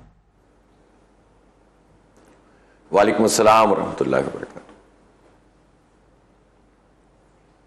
सर बहुत शुक्रिया सर, आपने वक्त निकाला प्रोग्राम के लिए। सबसे पहले तो थोड़ा सा यही हम रिलीफ वर्क के हवाले से अगर हम बात कर लें कि किस तरह से अल-खिदमत फाउंडेशन जो है, ज़ाहिर है लोग बहुत बड़ी तादाद में डोनेट भी कर रहे हैं और आप लोग हर जगह पहुंचते भी हैं। हर क्राइसिस में हमने देखा है कि अल-खिदमत पेश होता है। तो किस तरह से आप लोग वहाँ तक ये एड वगैरह पहुँचा रहे हैं, ये लोगों का एक बुनियादी सवाल है कि वहाँ पहुँचेगी कैसे एड। अच्छा देखें, अल-खिदमत को ये एडवांटेज है कि उसकी ऑलरेडी वहाँ की जो NGOs हैं गज़ा में काम करती हैं, और इसके अलावा जिनका कोलैबोरेशन टर्की में है और मुख्तलिफ ममालिक में है, उनसे अल-खिदमत पहले से ही जो प्रोजेक्ट्स है ऑनगोइंग उसमें काम कर रही थी। ये 2-3 साल पहले भी जो क्राइसिस पैदा हुआ था गज़ा में और बहुत तबाहकारी हुई थी इसराइली बमबारी के नतीजे में, तो वहाँ एक हॉस्पिटल्स का क़याम और बहुत सारी चीज़ों में पहले से मौजूद थी। तो अल-खिदमत के जो वॉलंटियर्स है वहीं के लोकल, ज़ाहिर है कि अल-खिदमत अब अल्हम्दुलिल्लाह एक बड़ी ऑर्गेनाइजेशन है, तो वो जितना सामान दस्तयाब था और जो काम चल रहे थे उसमें वो शामिल थे। फिर आपने देखा होगा कुछ दिन पहले थोड़ा बहुत एक मिला था, रफा क्रॉसिंग से चंद ट्रक्स वगैरह गए थे। इसी तरह गवर्नमेंट ऑफ पाकिस्तान ने एक कंसाइनमेंट भेजी है, उसमें भी अल-खिदमत ने अपने भरपूर किरदार अदा किया है। तो हम हर तरह से जहाँ से भी, वहाँ से कोई भी ज़रा सी भी ओपनिंग मिलती है तो अल-खिदमत चूँकि बिल्कुल उनके साथ बहुत बेहतरीन तरीके से पहले से कोलैबोरेट कर रही है तो हमारी चीज़ें पहुँच जाती हैं। लेकिन जाहिर सी बात है, ये बात बिल्कुल सही है कि चारों तरफ से मुहासरा है। ज़ाहिर उन्होंने अपना जो टनल्स का, इसका उसका छोटा मोटा उनका इंतज़ाम है वो अपनी जगह। मैं ये समझता हूँ कि जैसे ही अल्लाह करे कि ये हालात कुछ बेहतर हो, कुछ हमारे मुसलमान हुक्मरानों में गैरत आए, कुछ आलमी ज़मीर जो रियासतें इस वक्त इसराइल दहशतगर्द की पुष्पनाही कर रही हैं वो अगर ज़रा पीछे हटें तो उसके नतीजे में बहुत बड़ा रिलीफ वर्क करना पड़ेगा वहाँ। उसके लिए पहले से अगर हमारी तैयारी नहीं होगी और हम जो है वो उसके लिए तैयार नहीं होंगे तो ये काम नहीं हो सकेगा। तो वो हम तैयारी भी मुकम्मल कर रहे हैं। हमने अभी रज़ाकारों की बात की थी, डॉक्टर्स और पैरामेडिकल स्टाफ, 400 डॉक्टर्स ने हमें रजिस्टर कर दिया। हज़ारों की तादाद में पैरामेडिक्स तैयार हैं कि वो जाएं वहाँ पर और ख़िदमत करें, लेकिन ज़ाहिर रास्ते बंद हैं। जो ही ये कोई ओपनिंग बनेगी तो हम बिल्कुल जिसे कहते हैं कि जंगी बुनियादों पर इंशाअल्लाह अल्लाह ने चाहा तो इस रिलीफ वर्क को बेहतरीन तरीके से करेंगे। इसीलिए वो ड्यू डोनेशंस भी हमारे पास होनी चाहिए और वो लोग भी होने चाहिए जो ये काम कर सकें। बिल्कुल। अच्छा, प्रोटेस्ट का सिलसिला जो है वो आप लोगों की तरफ से रेगुलरली जारी है, उसका भी हमें बताएं कहाँ कहाँ पर हो रहे हैं, और इतवार को एक और बड़ा प्रोटेस्ट आप लोग करने जा रहे हैं। देखें, हमारा तो मुसलसल इस पर जो है वो काम है। जो इतवार को प्रोटेस्ट है वो तो इस्लामाबाद में अमीर जमात सिराजुल हक साहब ने कॉल दी है, गज़ा मार्च रखा है और वो अमेरिकन एम्बेसी पर हम जाएंगे, मार्च करेंगे और इंशाल्लाह लाखों की तादाद में लोग वहाँ पर पहुँचेंगे। आपने देखा था कि कराची में जो बहुत बड़ा मार्च जमात इस्लामी ने किया था, वो जो इंटरनेशनल एहतजाज हुए, डेमोन्स्ट्रेशन हुए, उस मैं कह सकता हूं कि वो एक बहुत बड़ा डेमोन्स्ट्रेशन था। और अल्लाह का शुक्र है कि हम अब छोटा सा काम करके अपना फर्ज अदा करने की कोशिश कर रहे हैं। बहुत ज्यादा वहां पर जुल्म है, रोज बच्चे शहीद हो रहे हैं। अभी कल ही तो 700 इंसानों को कत्ल किया है उन्होंने, जिसमें से 300 के करीब बच्चे थे। और अब तो वहां पर मौत इतनी आसान, इतनी सस्ती कर दी उन्होंने कि जब चाहते हैं बमबारी करते हैं और शहीद कर देते हैं और कोई उनका पूछने वाला नहीं है। हमारा ये एहतजाज इस नोयत का नहीं है कि हम सिर्फ एक डेमो दें और चले जाएं। देखें, कल हमने यहाँ पर हसन स्क्वायर पर खवातीन और बच्चों की बहुत बड़ा मार्च था, बड़ी तादाद में लोग मौजूद थे, किया। आज मैं फेडरल बेरिया में हूँ, कल कोरंगी में होगा, परसों जो है वो 3 तलवार पे होगा, फिर उसके बाद डिस्ट्रिक्ट सेंट्रल के एक और मुकाम पर होगा। मुसलसल पूरे शहर में बच्चे, खवातीन, आज यूनिवर्सिटी में, कराची यूनिवर्सिटी में मैं जा रहा हूँ इस वक्त, वहाँ नौजवान जो है वो बहुत बड़े पैमाने पर अपने फ़लस्तीनी भाइयों से इज़हार यकजहती, हमास से इज़हार यकजहती और दहशतगर्द इसराइल और उसका पुष्पना दहशतगर्द अमरीका, उसके खिलाफ अपनी आवाज़ उठाएंगे। शायद हमारा मुस्लिम हुक्मरान तबका जाग जाए और हमारी पास जो इतनी बड़ी स्ट्रेंथ है 70 लाख से जायद अफवाज हैं मुस्लिम दुनिया के पास, दुनिया के 70% से जायद ज़खायर हमारे पास हैं। हम अपने आप को गुलाम इब्न गुलाम समझते रहेंगे तो कभी भी इज्जत हासिल नहीं कर सकेंगे। हमें तो एक बहुत ताकतवर तरीके से इन लोगों के सामने खड़ा होना पड़ेगा, क्योंकि गुलामी की कोई एंड नहीं होता उसका। आपको मजीद दबाते हैं, और हमास से ही सीख लें कि गिनती के लोग अगर अपनी स्ट्रेटेजी और ईमान के जरिए से इतनी बड़ी ताकत को फेलियर में डाल सकते हैं, उसका इंटेलिजेंस फेलियर, उसका स्ट्रेटेजिक फेलियर हो जाए और पूरी दुनिया डिवाइड हो जाए, तो आप सोच सकते हैं कि फौजें क्यों नहीं कर सकती। तो हमारे हुक्मरानों को इस पर काम करना पड़ेगा ना, कुछ गैरत पकड़नी पड़ेगी। बिल्कुल, तो उसको जज्बा चाहिए ना। असल में तो बात यह है कि वो ज़मीर जागा, हाँ, गैरत का जो लफ्ज आपने इस्तेमाल किया वो करना पड़ेगा। बिल्कुल बिल्कुल। अब आते हैं जरा सियासी मामलात की तरफ। पाकिस्तान के रोल की आपने बात की, हमारा अपना जो इस वक्त रोल बना हुआ है वो भी एक रोल ही बना हुआ है। सबसे पहले तो नवाज शरीफ साहब की वापसी। अब ये जो नवाज शरीफ साहब की वापसी हुई है, आप लोगों का इस पर क्या रद्द अमल है? क्योंकि पीपल्स पार्टी वाले तो जरा नाखुश से हैं, वो कह रहे हैं कि भाई मामला जो है ना वो लफ्ज इस्तेमाल कर रहे हैं, लेवल प्लेइंग फील्ड नहीं है। नहीं, लाडला प्लस हो गए। हाँ, लाडला प्लस हो गए, सिलेक्टेड इलेक्टेड वगैरह वो सब चल रहा है। अच्छा देखिए, जहां तक पीपल्स पार्टी, नून लीग, JUI और जितनी PDM की जमातें हैं, ये तो जाहिर है चूंकि इलेक्शन सामने हैं और उन्हें एक दूसरे के मुकाबले में अगर कैंडिडेट खड़े करने पड़ते हैं तो ये लफ्जी जंग और ये नूरा कुश्ती लड़नी पड़ती है। ये सारे के सारे इन सारे जराइम में शरीक हैं जो उन्होंने कौम का बेड़ा गर्क किया है। अब आप देखें ना, एक तरफ गजा की ये सूरत हाल हो, एक तरफ हमारे बच्चे शहीद हो रहे हों और मीडिया बिल्कुल उसको फोकस किया हुआ था, लेकिन अचानक लाडले या लाडले प्लस या कबूतरबाज तशरीफ ले आए हैं, जिन्होंने अभी नूरजहां वाला कबूतर उड़ाया था 50-60 साल पहले वाला, वो साहब तशरीफ लाए हैं तो पूरे मीडिया को एक तरफ कर दिया गया। अदालती उनको सहूलतें फराहम कर दी गई और उनको जो है वो पूरी तरह से प्रोटोकॉल सरकारी दिया गया। एक शख्स जिसका स्टेटस कौमी मुजरिम का है, इसलिए कि अदालत ने अब तक उसको मुजरिम डिक्लेयर किया हुआ है। भाई अदालत से रिलीफ लेते ना, भाग क्यों गए थे, क्यों यहां से रवाना हो गए थे? तो उनको हमेशा तो डील करके चले जाते हैं और बहादुर इतना बनते हैं कि जैसे बस पूरी दुनिया सिकंदर आजम बने हुए हैं।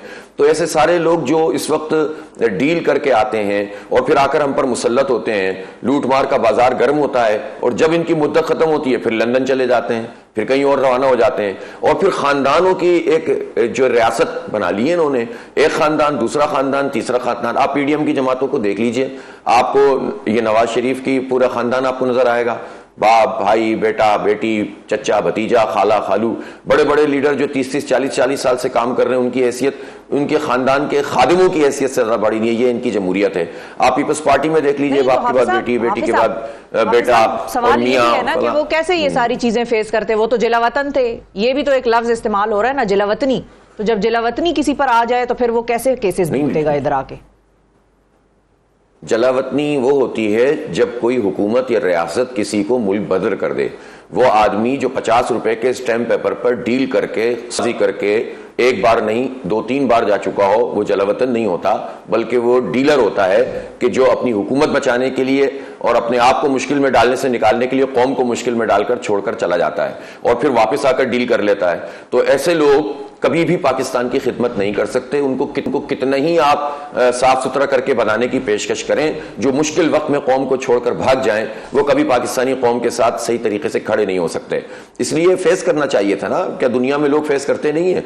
इसलिए और फिर लेवल प्लेइंग फील्ड की बात ये लोग करते हैं। पीपल्स पार्टी ने कौन सी लेवल प्लेइंग फील्ड दी हुई है? अभी उनके भी एक लाडला प्लस है या माइनस है, जो मुर्तजा वहाब साहब, उनको भी तो देखे ना, इलेक्शन लड़ाया जा रहा है जो कि कानूनी तौर पर वो 3 जगह से लड़ नहीं सकते और उनके लिए कानून में मतलब इलेक्शन कंडक्ट ये कहलाता है, कोड ऑफ कंडक्ट जो इलेक्शन कमीशन का, कि कोई आदमी अगर चेयरमैन और वाइस चेयरमैन मुंतखब या मेयर, डिप्टी मेयर है तो वो किसी इलेक्शन कैंपेन में हिस्सा नहीं ले सकता।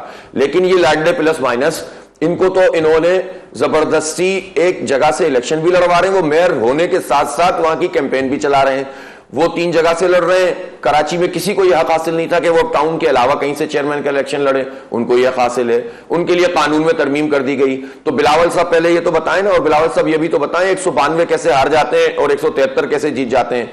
तो ये सारे ही जो है वो लाडले बने हुए थे और अब जाहिर है कि इनको थोड़ा सा भी प्रॉफिट पे लॉस होने लगे ना तो ये चिल्लाना शुरू कर देते हैं। अभी तो सब कुछ पांचों घी में और सर कढ़ाई में है, उसके बावजूद अगर 100% करप्शन थी तो अगर 95% करप्शन में मुलव्वस अभी भी हैं केयर टेकर होने के बावजूद, तो 5% ये लॉस इनको बर्दाश्त नहीं है और चिल्लाना शुरू कर दिया है। अभी जब इन पे हाथ पड़ेगा ना तो ये चिल्लाएंगे नहीं, बिलबिलाएंगे और इनका तो कैरियर बिलावल साहब का तो तबाह हो ही गया कराची के इलेक्शन के नतीजे में, जो कुछ इन्होंने कराची में किया था। अब आप आहिस्ता आहिस्ता देखते जाइए कि जो जितने भी लाडला प्लस बनकर आए, होनी बहुत बुरी है इनके साथ। अच्छा, अब ये बुरी जो है वो कौन करेगा? वो सियासी जमातें करेंगी इनके साथ या अदालतें करेंगी? क्योंकि अदालतें जो है वो तो अपने हिसाब से चल रही हैं, रिलीफ तो मिल रहा है लोगों को, या आवाम करेगी? हाँ, देखिए मैं आपको एक बात बताऊं, बहुत बड़ा ये अनफॉर्चुनेट है पाकिस्तान के लिए कि सुप्रीम कोर्ट से लेकर नीचे तक के कोर्ट्स का वकार और उनकी जो क्रेडिबिलिटी है इस वक्त बहुत कंप्रोमाइज्ड है। और बड़े अफसोस के साथ कहना पड़ता है कि जजेस में डिवाइड नजर आता है, पॉलिटिकल डिवाइड नजर आता है, वाज़े तौर पर पॉलिटिकल डिवाइड नजर आता है।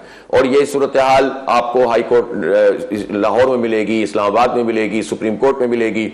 यहां सिंध हाई कोर्ट के भी हालात अच्छे नहीं है, पेंडिंग में पड़े हुए हैं केसेस, जेन्युइन केसेस हैं, लेकिन जाहिर है देखा जाता है कि इसमें बेनिफिशियरी कौन हो सकता है। मुझे माजरत के साथ ये बड़े अफसोस की बात है, अदालतों पर इस तरह से रिमार्क्स देना मुनासिब भी नहीं होता, जाना तो हमें नहीं अदालतों में पड़ता है, लेकिन इस वक्त कंडक्ट यही है। खुद हमारे इतने केसेस यहां पर हाई कोर्ट में पड़े हुए हैं, लेकिन चूंकि पीपल्स पार्टी इस वक्त इलेक्शन कमीशन तो उनकी ए टीम है ही, अदालतों से भी उनको उस तरह से नहीं पकड़ा जाता।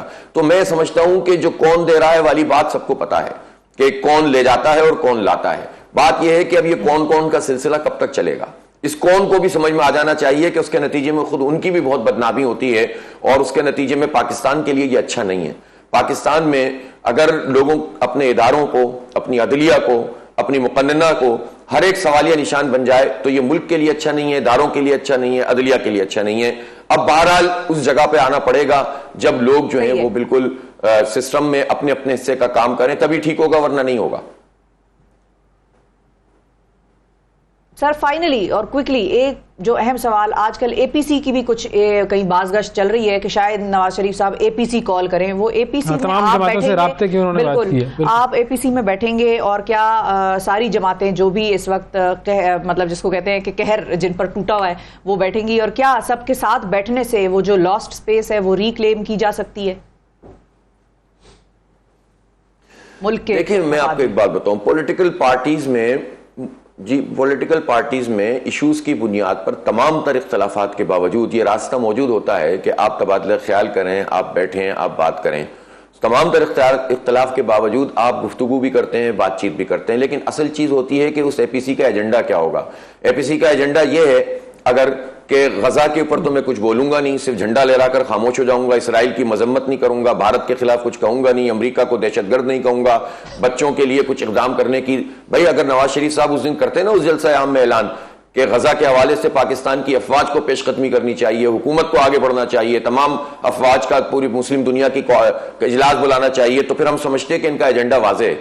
ये बताते हैं ना कि इन्होंने जो 16 महीने में इनके बिरादर खुर्द छोटे भाई इन्होंने जो कुछ पाकिस्तान की मईशत का हाल किया है, तो वो छोटा भाई अगर हाल बुरा करेगा तो बड़ा भाई आके ठीक कर देगा, तो वो बड़े भाई में ऐसी कौन सी गीदर सिंगी है? तो एजेंडा अगर वाज़ेह ना हो तो फिर तो ऐसी एपीसी या ऐसे किसी प्रोग्राम का फायदा नहीं होता। एजेंडा सामने आएगा तो हमारा मरकज़ जमात देखेगा और पॉलिटिकल बातचीत में कोई हर्ज नहीं होता। लेकिन ये बात बिल्कुल सबको पता है कि इस वक्त नवाज शरीफ साहब लाडले प्लस बनकर ही आए हैं, और जो लोग भी इस वक्त लफ्जी जंगों में पीडीएम की जमातें कर रही हैं, वो हकीकत में ये लोग सब एक साथ हैं।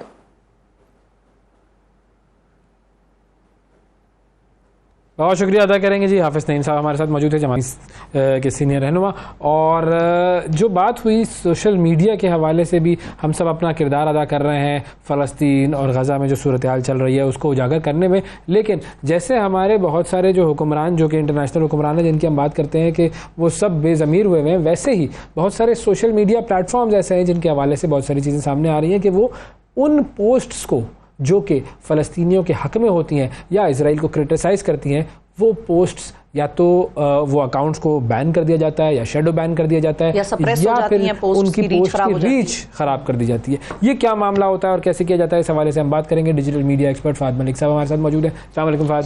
जी, क्या कैसे फ़ाद? ठीक ठाक है जनाब। सर ये बताइए शेडो बैनिंग और ये बैनिंग वैनिंग ये क्या होती है? देखिए शेडो एक होता है बैन में होता है आपका अकाउंट कम्प्लीटली सस्पेंड कर दिया जाता है और आप प्लेटफॉर्म दोबारा एक्सेस नहीं कर सकते until unless आप नया अकाउंट बनाए, जैसे ट्रंप का हुआ था। जी, जैसे ट्रंप का हुआ था, और जैसे पाकिस्तान में भी बहुत सारे कश्मीर पे आवाज़ उठाने पे अकाउंट्स बंद होते रहे, ट्विटर पे एक्स बनने से पहले, इलॉन के आने से पहले। शैडो बैनिंग में आपको परमानेंटली बैन नहीं किया जाता, लेकिन आपकी जो प्रोफाइल की रीच है उसको डाउन कर दिया जाता है। उसके 2-3 तरीके होते हैं। शैडो बैनिंग में आप सर्च में शो नहीं होते, आपका अकाउंट कोई आपको सर्च, ट्विटर पे अगर आप शैडो बैन है, आपको कोई सर्च बार में आपका नाम लिखेगा तो आप नहीं सामने आएंगे जब तक वो आपका हैंडल टाइप करके आपके प्रोफाइल पे नहीं जाएगा।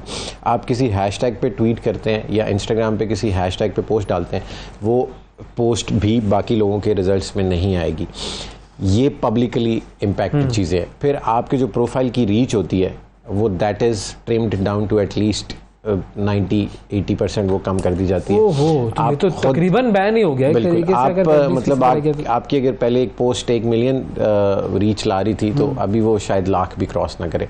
और उसकी वजह ये है कि क्योंकि सारे ज़ायनिस्ट प्लेटफॉर्म्स हैं, इनको पीछे से बैकिंग इन्वेस्टर इनका इजरायली है या वो पावर लॉबीज़ हैं जिनके अपने इंटरेस्ट्स हैं। तो वो पंजाबी में कहते हैं जिन्हां दे कार दाने उन्हां दे कमले भी सियाने। तो वो सही बात है, ये सारी पावर गिमिक्स है। और अच्छा, अब इन पावर गिमिक्स का मुकाबला कैसे किया जा सकता है, जो हम क्योंकि बात करेंगे भाई चलो वो तो अपना जो करना है वो कर रहे हैं, हम मिसाल के तौर पे अगर बात करना चाह रहे हैं हाउ टू काउंटर। सर एक तो इन्हीं प्लेटफॉर्म्स की क्योंकि माइलेज भी ज़्यादा है, ट्विटर, फेसबुक, यूट्यूब, टिकटॉक, यही इंटरनेशनली अक्लेम्ड प्लेटफॉर्म्स हैं। इनको थोड़ा सा आप ट्रिक कर सकते हैं लेकिन ज़्यादा नहीं। फॉर इंस्टेंस आपने पैलेस्टाइन पे पोस्ट डालनी है तो आप उसके हैशटैग उसमें इस्तेमाल ना करें और आप पैलेस्टाइन के स्पेलिंग्स को उल्टा कर दें, उल्टा कर दें या थोड़ा बहुत आई हटा दें, टी हटा दें, फ़लस्तीन लिख दें, इंग्लिश मतलब रोमन उर्दू में फ़लस्तीन लिख दें। जब आप कोई पोस्ट शेयर करते हैं अपने इंस्टाग्राम पे किसी न्यूज़ आर्टिकल को, मतलब आप जो लगा के उसको शेयर करके स्टोरी पे जाते हैं, उसकी बजाय अगर आप स्क्रीनशॉट लेके डालें तो वो ट्रैकेबल नहीं होता, उससे थोड़ा सा इमेज बन जाती है। जी, वो इमेज बन जाती है। उसके बाद आप बजाय इसके कि आपको स्टोरी, रील या वीडियो डालें, आप कोई थर्ड पार्टी वेबसाइट का न्यूज़ आर्टिकल डाल दें।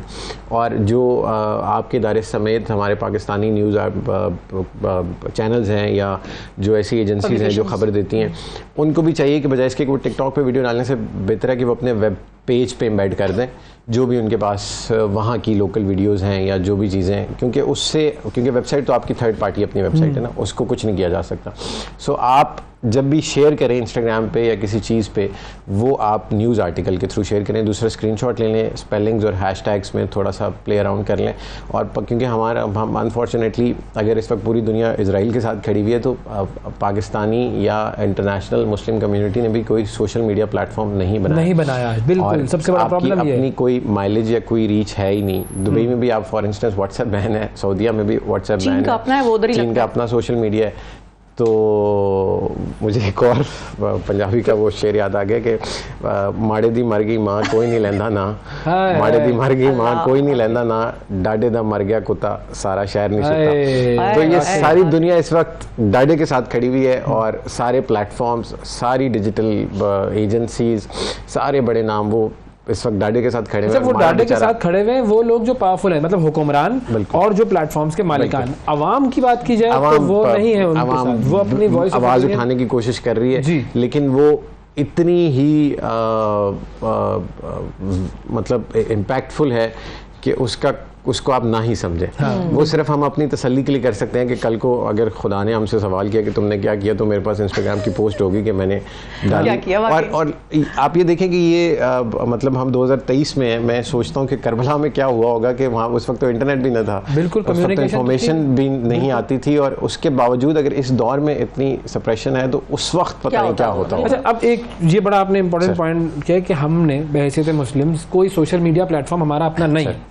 क्या ये काम अब जब इतने सारे सोशल मीडिया प्लेटफॉर्म्स आ चुके हैं तो हमें पता है कि कौन सा टेस्टेड, ट्राइड, वेरीफाइड मॉडल है जो चलता है, किस तरह सोशल मीडिया प्लेटफॉर्म्स काम करते हैं। वो ट्रंप भी अपना बना रहा था ट्रुथ नेटवर्क। तो क्या ये बनाना और उसको चलाना टेक्निकली, फाइनेंशियली बात नहीं कर रहा हूँ, technically is it doable? Sir it's very much doable. उसकी मैं आपको एक एग्जांपल देता हूँ कि किसी भी ऐप के सब्सक्राइबर्स मैटर करते हैं। आप अपने प्ले स्टोर पे, एप्पल स्टोर पे जाके लिखें मुस्लिम रिश्तास की कितनी एप्लीकेशन है, उनके बिलियंस में सब्सक्राइबर्स हैं। तो जो वो कर रहा है रिश्ते के लिए, जो कवारे बैठे हुए हैं, वो सोशल मीडिया पे भी तो साइन अप कर सकते हैं। और हर प्लेटफॉर्म का जो एल्गो है वो पब्लिकली अवेलेबल है, कुछ चीज़ें ओपन सोर्स हैं।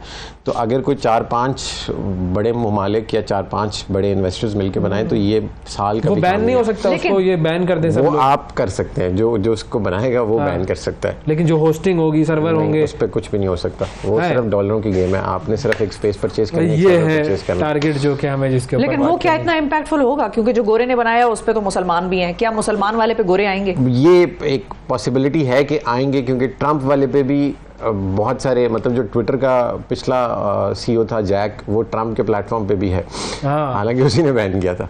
तो वो आएंगे तो ज़रूर। और फिर उसमें आपने वैल्यू क्या देनी है कि जो बाकी लोग, जैसे थ्रेड्स पे सारी दुनिया भाग के गई क्योंकि वो इंस्टाग्राम की प्रोडक्ट थी, सो आपने उसमें कोई ना कोई वैल्यू भी तो ऐड करनी है कि लोग आपकी तरफ आएँ। और इट वुड टेक 4-5 साल लग जाएंगे लोगों को गैदर करने में, लेकिन है ये doable. It is doable. Thank you Fahad Malik साहब, बहुत शुक्रिया। आपने वाकई एक अहम सिमत की तरफ आपने इशारा किया है कि we should be telling our own stories through our own platforms. ये है एजेंडा जो कि मुसलमानों का होना चाहिए। आज के प्रोग्राम में इतना ही, आपसे कल फिर मुलाकात करेंगे, उस वक्त तक के लिए इजाज़त दीजिए। अल्लाह हाफिज़।